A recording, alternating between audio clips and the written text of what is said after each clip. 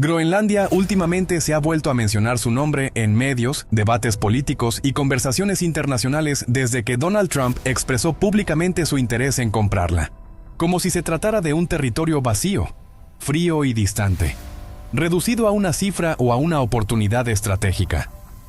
Pero Groenlandia no comenzó en una conferencia de prensa ni en una negociación moderna.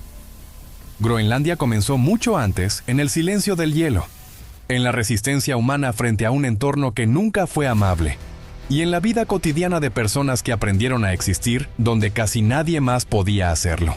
La historia de Groenlandia comienza miles de años antes de que alguien la llamara así. Mucho antes de mapas, banderas o intereses geopolíticos, los primeros seres humanos llegaron siguiendo animales, estaciones y señales que solo ellos sabían leer.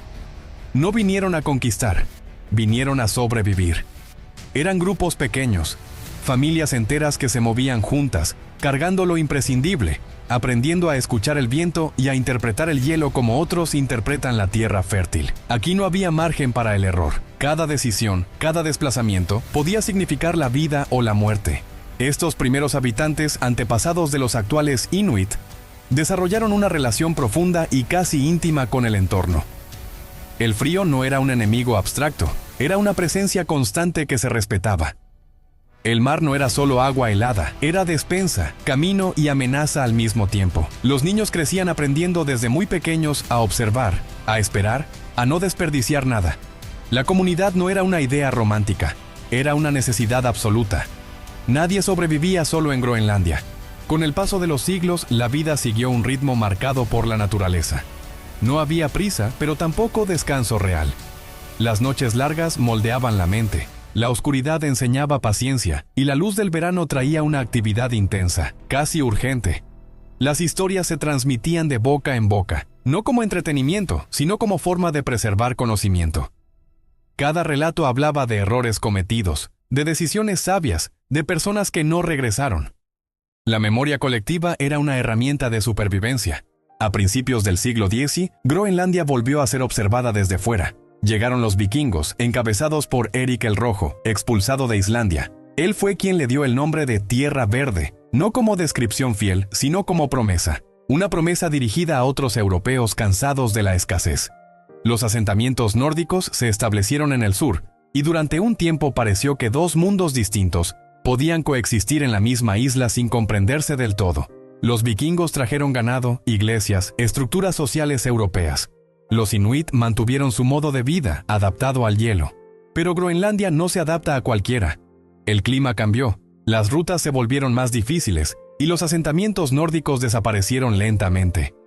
No hubo una gran catástrofe documentada, solo abandono, hambre y silencio. Groenlandia siguió ahí cuando ellos se fueron, como siempre lo había hecho, esperando solo a quienes supieran escucharla.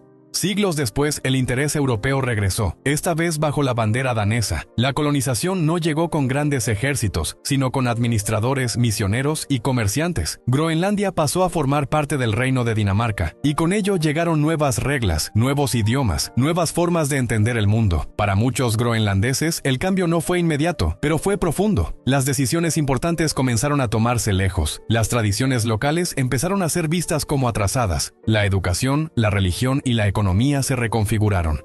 La vida cotidiana cambió sin que nadie preguntara demasiado. Familias que durante generaciones habían vivido de la caza y la pesca, se vieron empujadas a modelos económicos que no siempre funcionaban en ese contexto.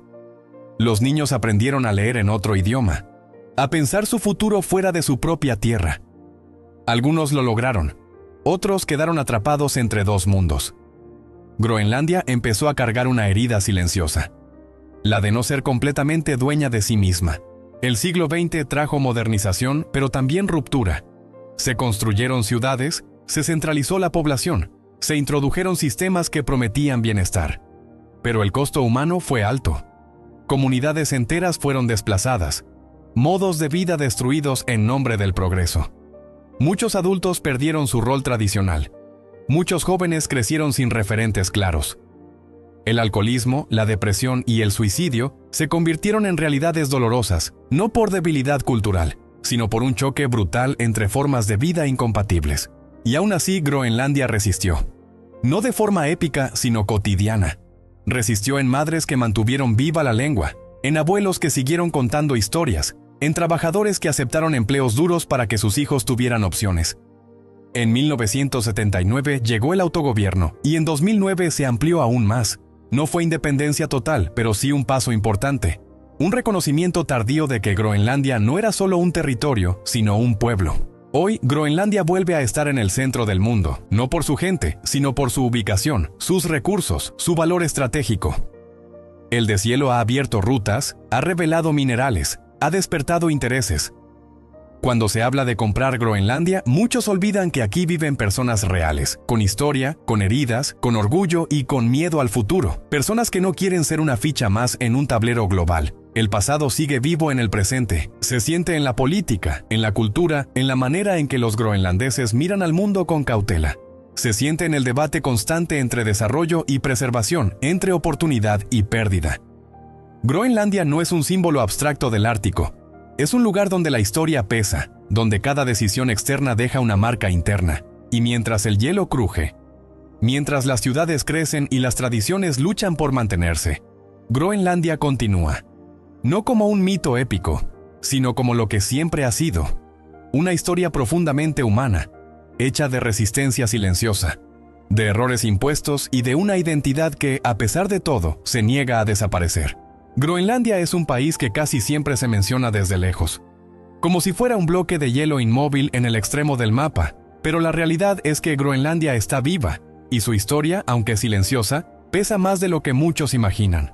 Es la isla más grande del mundo, y sin embargo, una de las menos pobladas, no porque nadie haya querido habitarla, sino porque vivir allí siempre ha sido un acto de resistencia cotidiana. La mayor parte de su territorio está cubierto por una inmensa capa de hielo que respira, se mueve y cruje.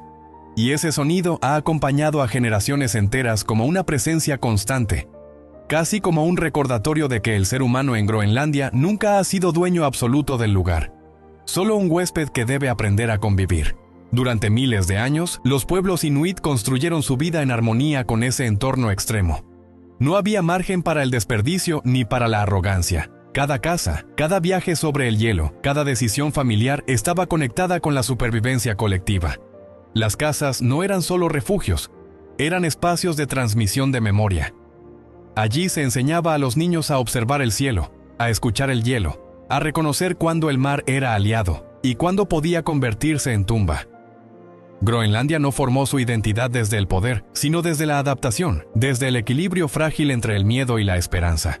Cuando Europa empezó a mirar hacia el norte, Groenlandia ya tenía historia, pero no tenía voz en los relatos que se escribirían sobre ella. Fue nombrada, reclamada y administrada desde lejos.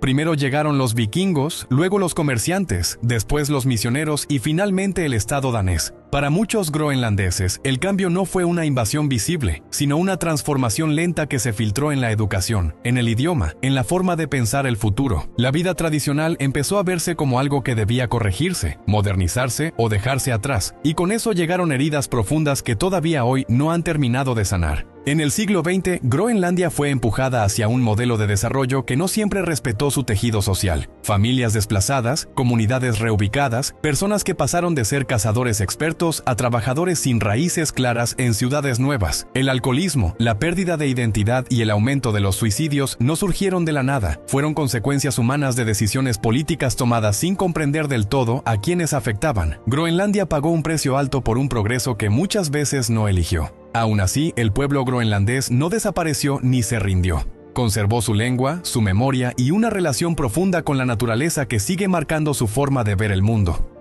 En 1979 llegó el autogobierno y en 2009 se amplió, dándole más control sobre sus asuntos internos. No fue independencia total, pero sí un paso importante hacia la recuperación de la dignidad política. Groenlandia empezó a decidir más por sí misma, aunque todavía depende económicamente de Dinamarca y sigue atrapada entre la autonomía y la dependencia. Hoy, Groenlandia vuelve a estar en el centro de la conversación global. No por su gente, sino por lo que esconde bajo el hielo.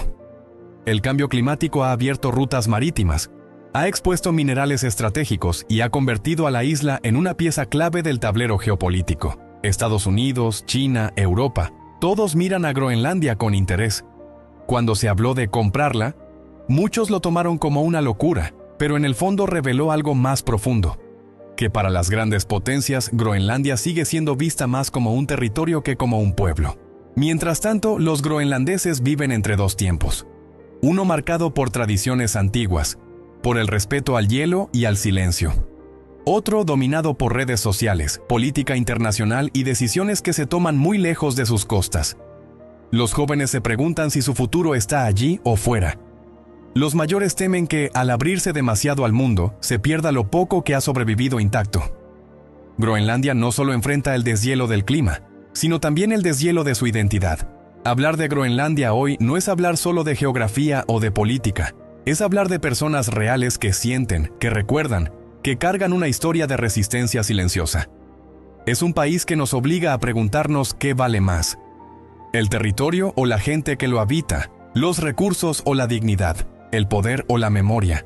Y ahora la pregunta no es qué pasará con Groenlandia, sino qué haremos nosotros con las historias que ignoramos hasta que se vuelven titulares.